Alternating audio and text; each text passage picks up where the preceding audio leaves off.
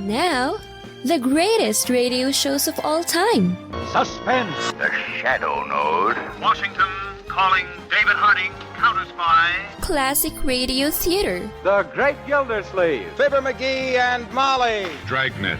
Gunsmoke. The Lone Ranger. Now, step back into a time machine with your host, Wyatt Cox. Good evening, friends of the Inner Sanctum. We're going to go back 85 years to October 39th, 1937. An episode of the program Death Valley Days, a little out of their ordinary, as they preview the dedication of the Whitney-Death Valley Highway. This will give you an idea of how things were in the West back 85 years ago. Thanks for tuning in on this Saturday, 29th day of October, 302nd day of the year, 63 days remaining. It was on this date in 1863, 16 countries meeting in Geneva agreed to form the International Red Cross. The ticker tape parade invented on this date in 1886 in New York City, when office workers spontaneously threw ticker tape into the streets as the Statue of Liberty was dedicated. The assassin of President William McKinley executed on this date in 1901. The stock exchange crashed on this date in 1929, ending the great bull market of the 1920s, beginning the Great Depression. Israel's Prime Minister David Ben-Gurion, 5 of his ministers injured as a hand grenade tossed into Israeli's parliament. Cassius Clay won his first professional fight on this date in 1960. He would later become known as Muhammad Ali. The first ever computer-to-computer link established on this date in 1969 on ARPANET, the predecessor to the Internet. In a nationwide radio address on this date in 1972, President Nixon discussed defense policy and made it clear draft dodgers would not receive amnesty. Rather than talking about amnesty for a few hundred who chose to desert America, let us honor the millions who chose to serve America in Vietnam. As this long and difficult war draws to an end, it is time to draw the line on this issue once and for all. There will be no amnesty for draft dodgers and deserters after the war. 2 years later, President Nixon would resign and President Ford would offer conditional amnesty to Vietnam War draft evaders. In 1975, President Ford declared flatly that he would veto any bill calling for a federal bailout of New York City and instead proposed legislation that would make it easier for the city to go into bankruptcy. That led to a headline in the New York Daily News, "Ford to City, Drop Dead," and a sharp response to Ford from then-Mayor Abe Beame. We want time, yes, to tighten our belts. Mr. Ford proposes, indeed, to put a noose around our necks. We will not accept that fate without a fight. Well, by December, both sides had made concessions. The city received a significant federal loan. On this date in 1994, Francisco Martin Duran fired over 24 shots at the White House. Duran later convicted of trying to kill President Clinton. Space Shuttle Discovery blasted off on this date in 1998, with 77-year-old John Glenn on board, making him the oldest person at that time to go into space. 5, 4, 3, 2, 1. Booster ignition and liftoff of Discovery with a crew of 6 astronaut heroes and 1 American legend. Houston Discovery, roll program. Roger, roll, Discovery. Discovery, Houston, go throttle up. Roger, go ahead, throttle up. Glenn, the first American to orbit Earth on February 20th, 1962, returned to space on this date in 1998. Passing away on this date in history, Adolphe Menjou and the man behind the Thundering Herd, Woody Herman, fine saxophonist. Born on this date, Fanny Brice, also Neil Hefti, who did so much great music, including Ba-da-da-da-da-da-da-da, Batman. Singer Melba Moore, 77 today. From American Graffiti, Jaws and the Goodbye Girl, Richard Dreyfuss, 75. Sabrina from Charlie's Angels, Kate Jackson, 74. Homer from The Simpsons, Dan Castellaneta is 65. From Beetlejuice and Heathers, Winona Ryder, 51. From Bring It On and 10 Things I Hate About You, Gabrielle Union is 50 years old. Actress and daughter of Diana Ross was in Blackish, Tracy Ellis Ross, 50 years old. From The Punisher, Ben Foster, 42. And from the musical group Pomplamoose with Jack Conte, Natalie Dawn, 36. Those some of the people celebrating the 29th day of October as their birthday. If this is your birthday. Hi, we're the four freshmen, and we just want to say, Happy birthday to you! And from 85 years ago today, October 29th, 1937, Death Valley Days on this Saturday, Classic Radio Theater with Wyatt Cox. You know, a lot of times you have to choose between something high quality or something that saves you money. But if you can get both, why not? Especially when it comes to health care. And that's MediShare. You get both. The typical family saves $500 a month switching to MediShare. And that's huge, but it's also true that people are way more satisfied after making the switch, too. The customer satisfaction rate for MediShare is double that of the typical health insurance plan. Double. It's because MediShare works. It's been around for more than a quarter century, and members have shared more than $3 billion of each other's bills. People love having telehealth and a huge PPO network, so yeah, really, you could save a ton and like it better. Imagine being happy with how you're taking care of your health care. If you're self-employed or part of the gig economy, or you just want a plan you're happy with, you can call right now and get a price within 2 minutes. Here is the number you need. Call 833-34-BIBLE. That's 833-34-BIBLE. 833-34-BIBLE. Now on Classic Radio Theater with Wyatt Cox, Borax actually was the sponsor of Death Valley Days even back in 1937, and that's what we're going to hear today. An episode of Death Valley Days, 85 years ago, October 29th, 1937.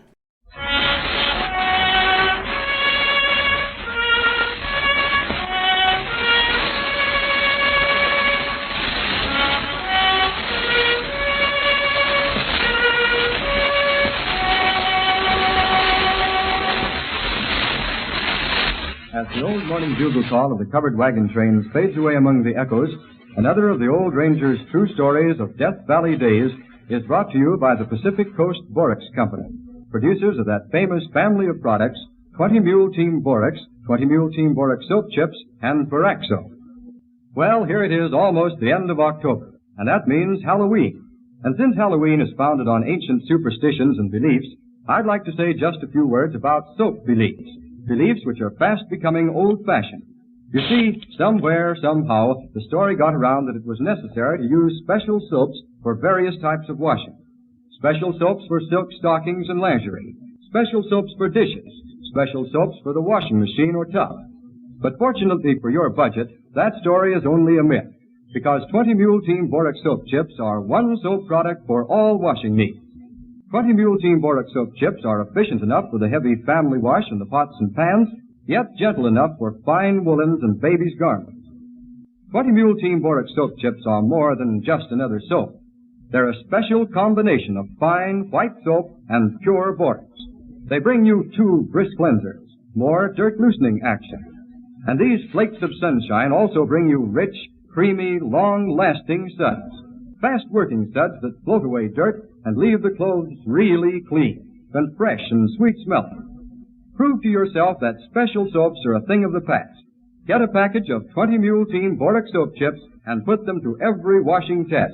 We're sure you'll find 20 Mule Team Borax Soap Chips the perfect soap product for all your washing problems.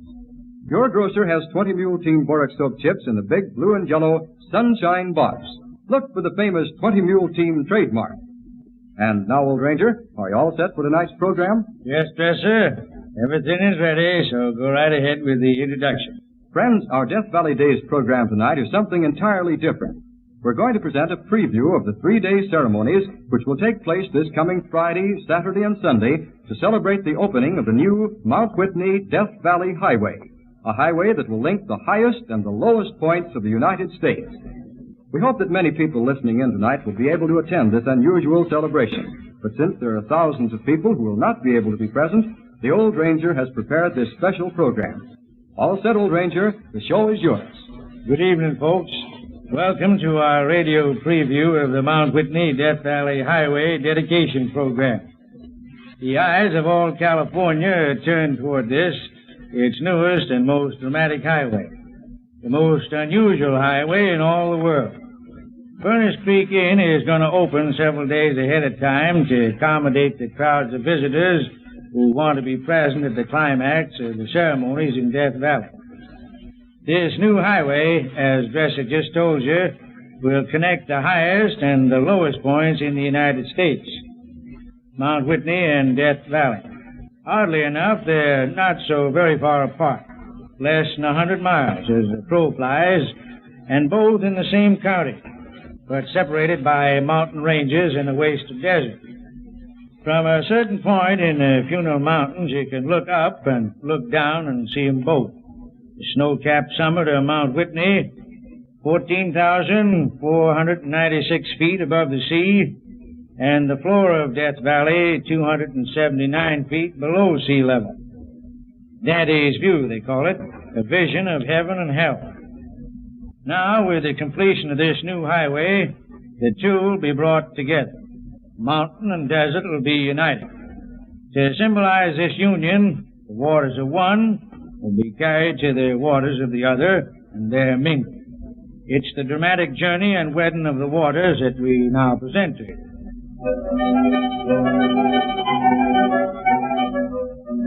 Near the summit of Mount Whitney lies Tula Inyo, the highest lake in America, 12,865 feet above the sea.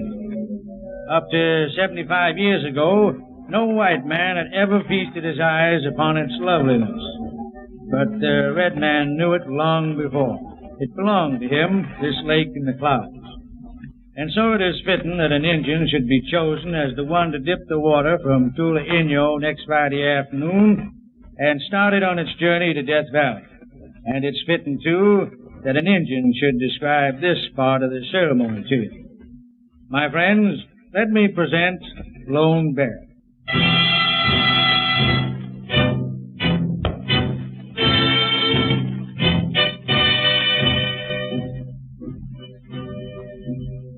The sun has passed over the crest of the Sierras and begun its descent through the Pacific. On the western slopes of Mount Whitney, the snows sparkle whitely. But to the east already lie purple shadows as an Indian steps forth from the pines that rim Tula Inyo and approaches its shores. He is a runner. In his hand he carries a gourd.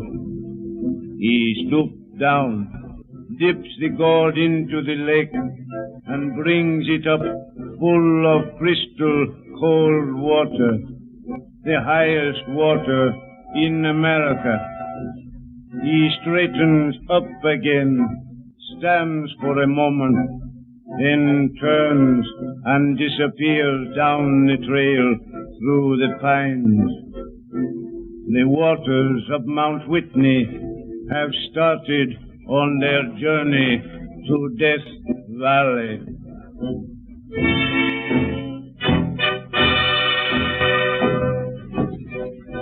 The Indian runner descends swiftly, 11,000 feet, now only 10,000. The trail dips and turns. The pines grow more gigantic, more luxuriant. The evening winds make music through them, like the music of an organ.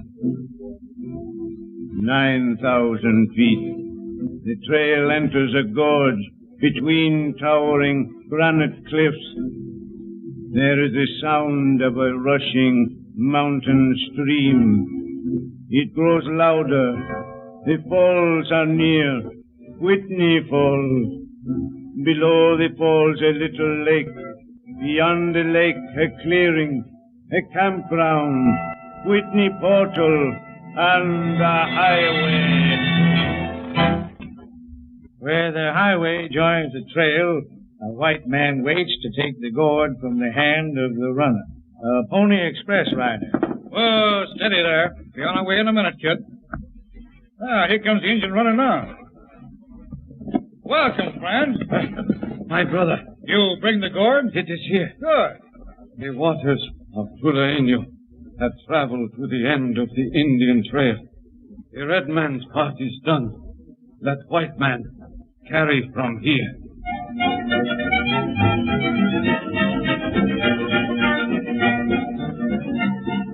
The Pony Express rider takes the gourd from the Indian. He tucks it safely away in one of his saddlebags. In the other bag goes mail bearing a special cancellation and cachet and dedication stamp showing an old ox show. In one bow, a view of Mount Whitney. In the other, a view of Death Valley. Saddlebags are closed. The rider mounts, turns his pony's head eastward, and they're off. Get up, kid! Get up there! Down the mountain they race toward the little town of Lone Pine, 13 miles away. 13 miles of magnificent highway, a triumph of modern road engineering. It was built by the CCC boys, and they've come up from their camp down the canyon and are gathered at the side of the road to watch the Pony Express rider go by, galloping down the grades and around the curves that were built by their hands. Here they are.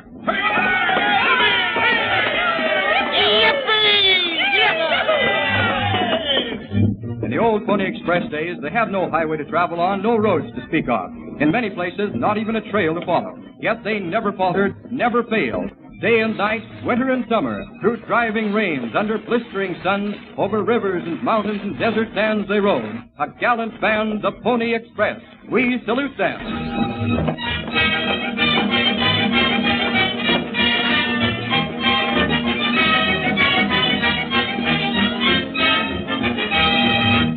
The steep slope of Mount Whitney is now behind us. On and down the Pony Express rider goes. Lone Pine is now in sight, nestled at the foot of the mountain.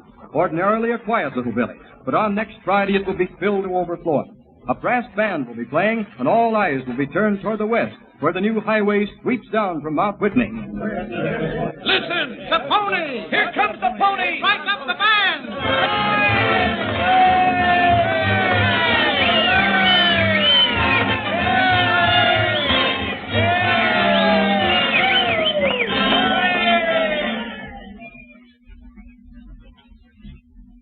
The gourd of water will rest Friday night at Lone Pine.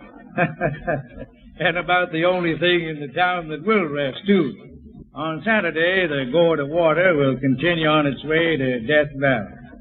An old prairie schooner drawn by a yoke of oxen will carry it from Lone Pine on the next stage of its journey.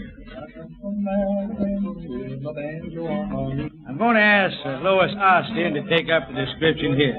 All right, Lois. It's a thrilling sight, this great old covered wagon and its picturesque ox teams lumbering slowly out of Lone Pine eastward. The driver dressed in blue jeans and wide-brimmed hat, and beside him a woman in sunbonnet and calico. Some of those early-day covered wagons crossed the very country that this wagon will travel over Saturday.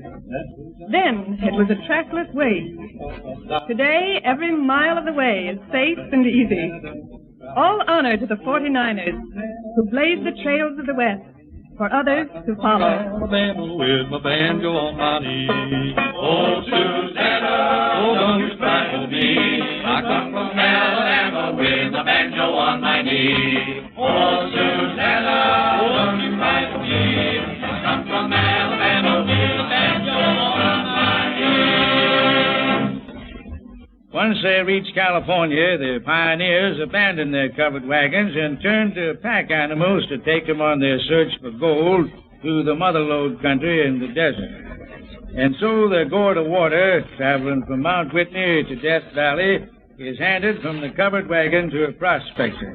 Over there. You got the canteen for me? It don't happen to be a canteen. It's a gourd. Here you are. Thanks. Take good care of it now. You're telling the desert rat to take good care of water? It ain't to drink, remember? I know. It's to be poured into the pool at the bottom of Death Valley. First time I'll bet that anybody ever throwed out good water in Death Valley on purpose. Here's a pack of letters for you to take along with it. Oh, I'm to be a postman, too, huh? All right, let's have 'em. The stagecoach will pick 'em up from you further along the road. Right, Savvy. Well, so long. So long. Get up, Tom. So long, Jerry. There they go, the prospector and his burros carrying the gourd of water on the next stage of its journey to Death Valley. Where the buffalo roam, where the deer and the antelope play, where children... The burro man, symbol of a vanishing race. A race of unsung heroes who did their part to make this country of ours richer in actual wealth by hundreds of millions, whose patient footsteps led the way to hidden treasure in a wilderness that others had not dared to penetrate. The trails he used to tramp have become highways. Where once he pitched his lonely camp, towns have sprung up. The men who prospect the desert today no longer travel as he did on the hurricane deck of a jackass. They ride in automobiles, mail-order prospectors, he calls them. He laughs. A variety of interesting stories in this episode of Death Valley Days from 85 years ago, October 29th, 1937. Thanks for tuning in to Classic Radio Theater with Wyatt Cox on this Saturday here on your favorite station.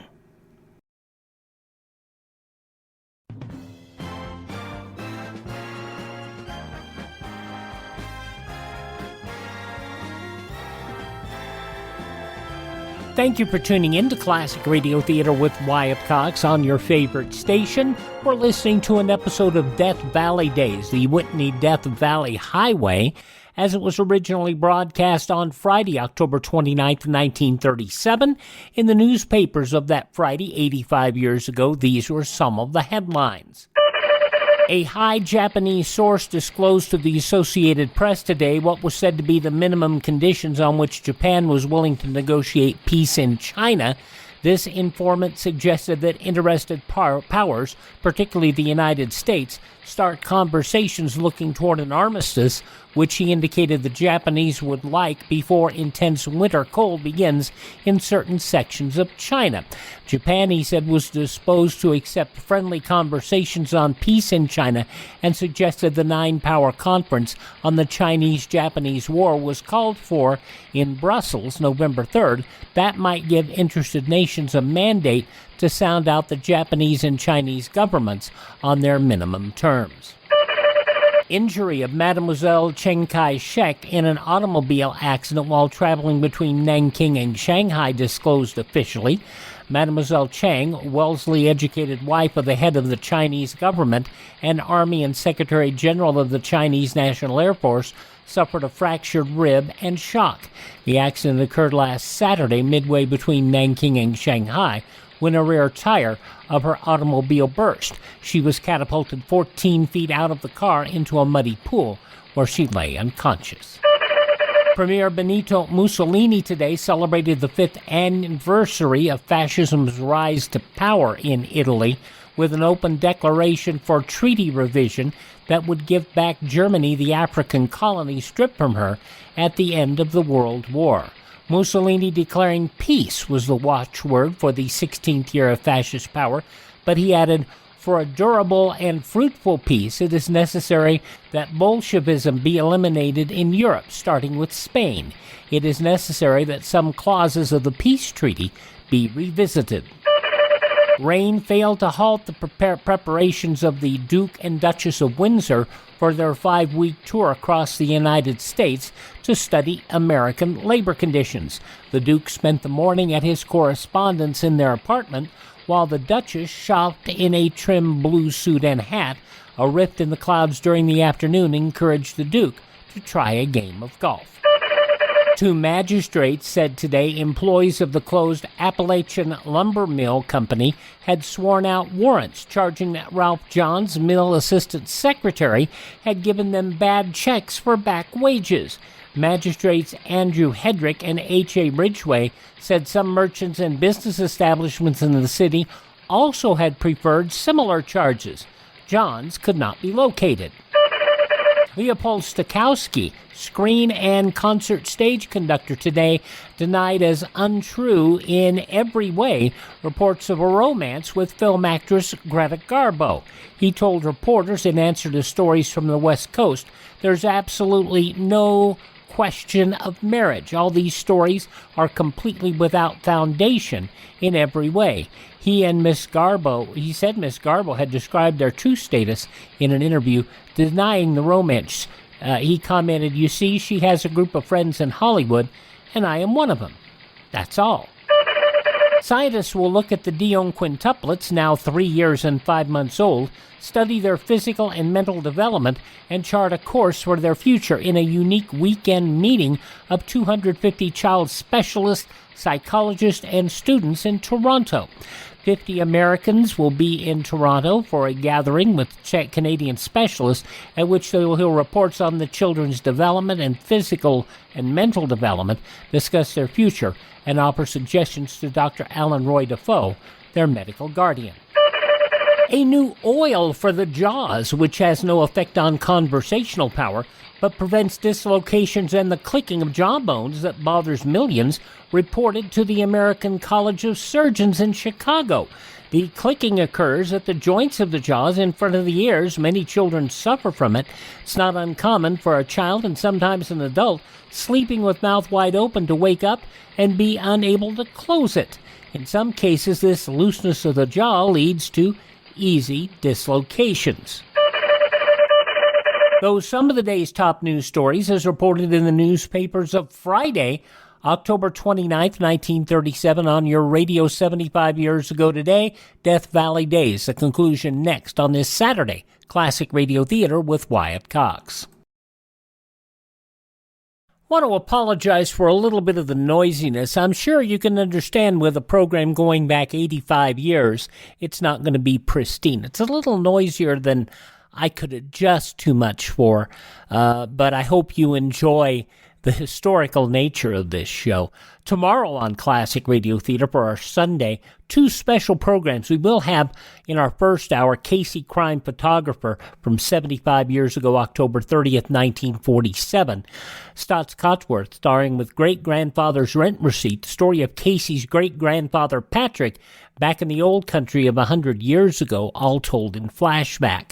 And then in our second 2 hours, we will dedicate them to the War of the Worlds, as it was originally broadcast 84 years ago, October 30th, 1938. And it'll be a 2-hour presentation, one of the best sounding audio qualities of this show.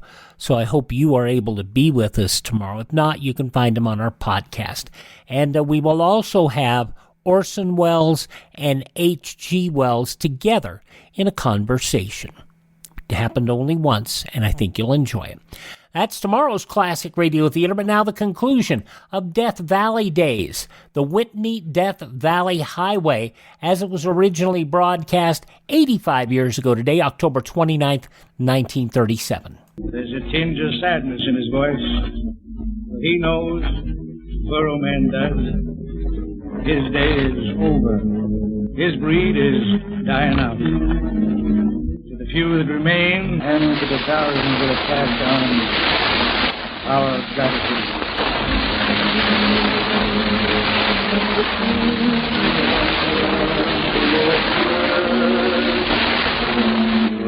Seldom is heard a discouraging word, and the skies are not cloudy all day.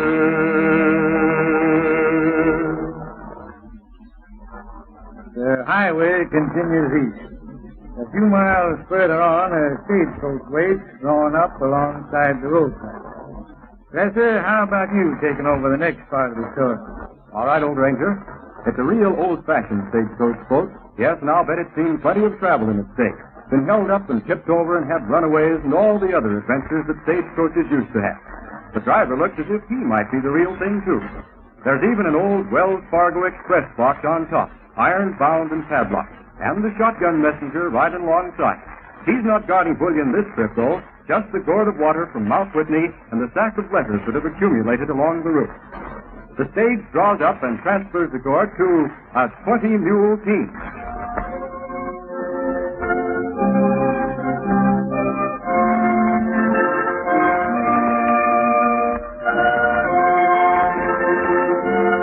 And maybe that isn't a dramatic spectacle. 20 matched black mules stretched out along the highway, drawing two of the original wagons that used to haul borax out of Death Valley. The largest wagons ever built. Wheels 7 feet high. Why, they're like freight cars. And trailing behind them one of the tanks that held the precious supply of water for the long journey across the Mojave Desert. It's amazing, old Ranger, that these old wagons should still be in working condition after so many years. What about the driver? Oh, don't tell me that he's... Yes, sir. He's an original 20-mule teamster. 75 years old, his last birthday, but still able to climb aboard one of the old wagons and handle the jerk line of the longest team in the world, Frank Chilton. Frank's made plenty of trips in and out of Death Valley before, but none like this. How about it, Frank? Well, roads are sight better, but the mules, I can't see no difference from them. They're not the original team, then, whose picture we see on the borax packages today. Gosh, no. This team was assembled just for this special occasion. Well, I've got to be getting on. Get up there. Get up.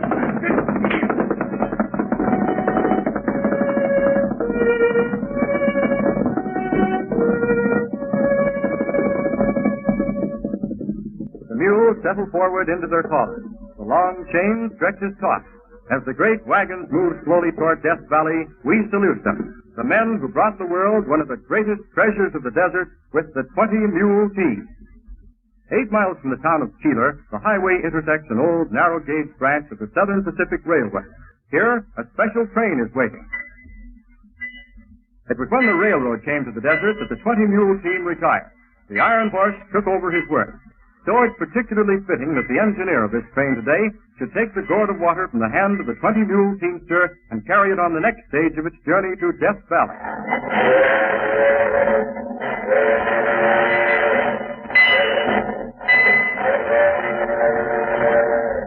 There'll be a crowd in Keeler waiting to welcome the train at the end of its run, probably the biggest crowd this little place has ever known. With their brass band all lined up and ready, and here she comes.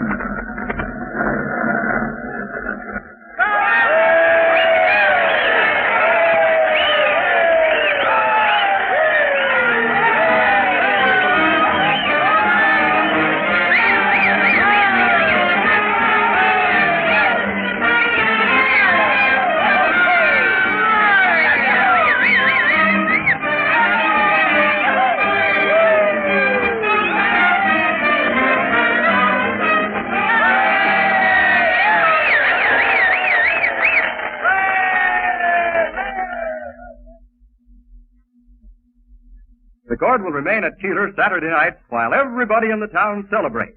Sunday morning at 10 o'clock, the water of Tula Inyo will continue on its journey, this time by automobile.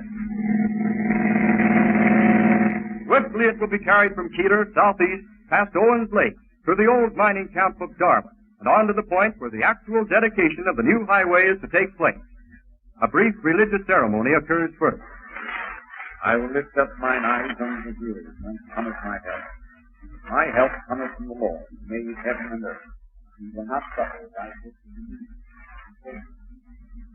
Governor Frank F. Merriam of California now steps forward to dedicate the highway. My friends, we are gathered here this morning to dedicate. It's a mighty impressive sight, this crowd gathered out in the heart of the desert. I recognize a number of well-known people. There's Senator William G. McAdoo standing with a group of government officials. The state, the county, and the National Park Service are all represented. I see Colonel White, Superintendent of Death Valley National Monument, and Ray Goodwin and others of their staff. Yes, there's a crowd of C.C. boys present, too. Father Crowley is there, that remarkable priest whose parish includes the whole of Inyo County, 10,000 square miles, the largest parish in the United States. And as for desert rats, there are swarms of them. Grizzled old fellows with faded eyes and gnarled hands and faces like parchment, dressed in flannel shirts and nondescript hats and hobnailed boots. This is a day they never thought they'd live to see, the day when... The last barrier between mountains and desert has been removed. The top and the bottom of the United States are joined together. My friends, we dedicate the Mount Whitney-Death Valley Highway.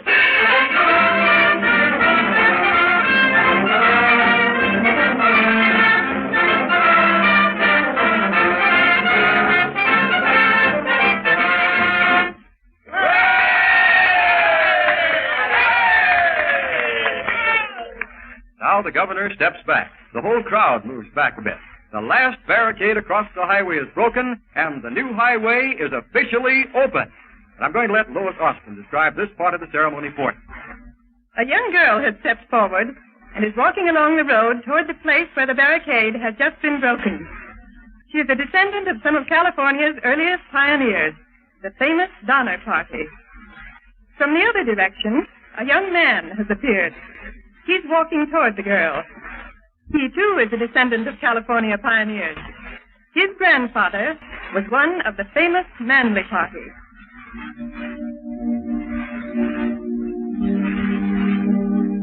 The Donner Party. The Manly Party. The mountains took their toll of the one, the desert of the other. Today, those same mountains, that same desert, have been made safe for travel. The old dangers, the old barriers have been removed. The descendants of those gallant pioneers now meet and join hands.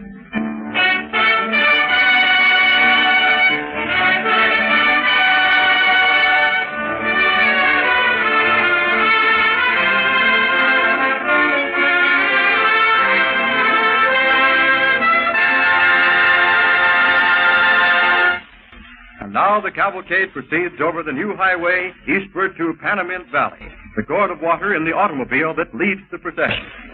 In Panamint Valley, a plane is waiting to receive it and carry it on the last stage of its journey.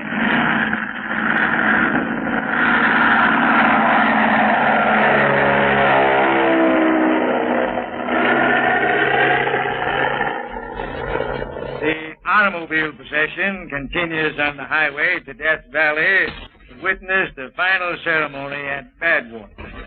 It passes the spot where the 49ers abandoned their wagons and burned them, where they carved their names on a rock that is still to be seen. The procession enters Death Valley, turns south past the old Harmony Borax Works, past Furnace Creek Ranch, and the inn. Down till they reach the lowest point in the valley. Lowest point in the United States, Badwater, 279 feet below the level of the sea.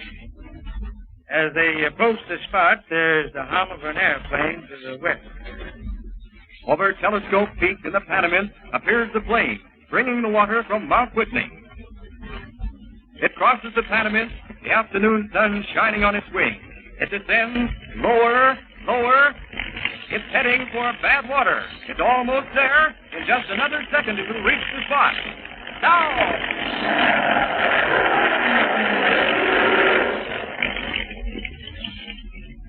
As it flies over, the gourd is dropped. Its journey is ended. The highest and the lowest waters in America are wet. Mount Whitney and Death Valley are linked henceforth forever.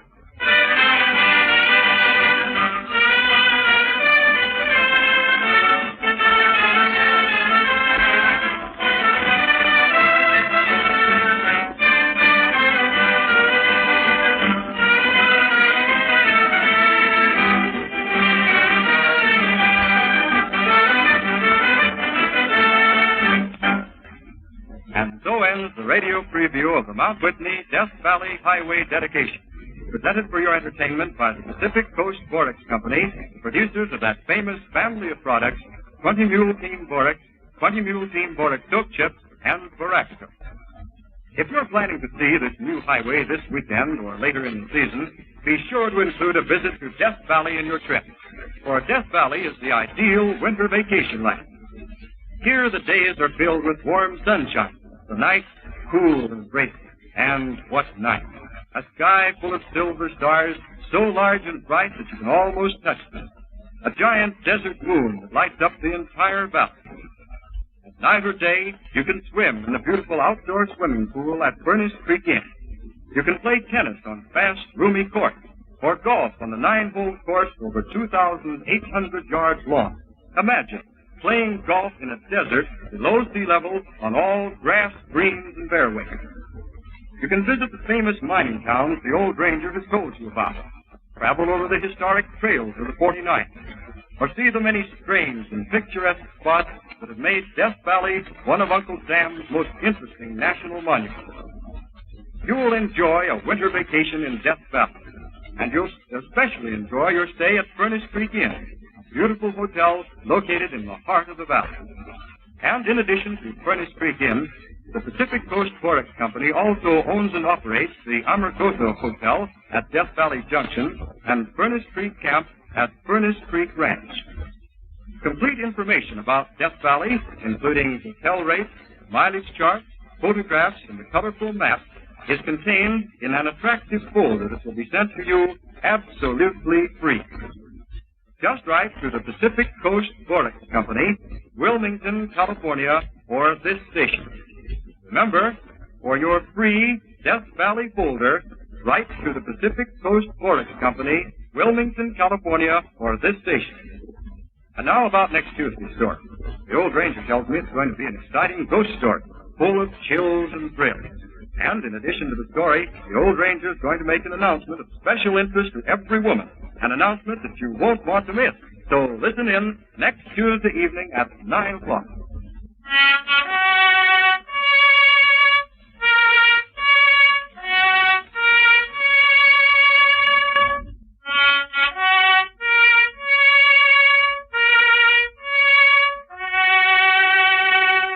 I suspect that opera's no longer available. 85 years ago, October 29, 1937, Death Valley Days. Don't forget tomorrow, the War of the Worlds on many of these stations.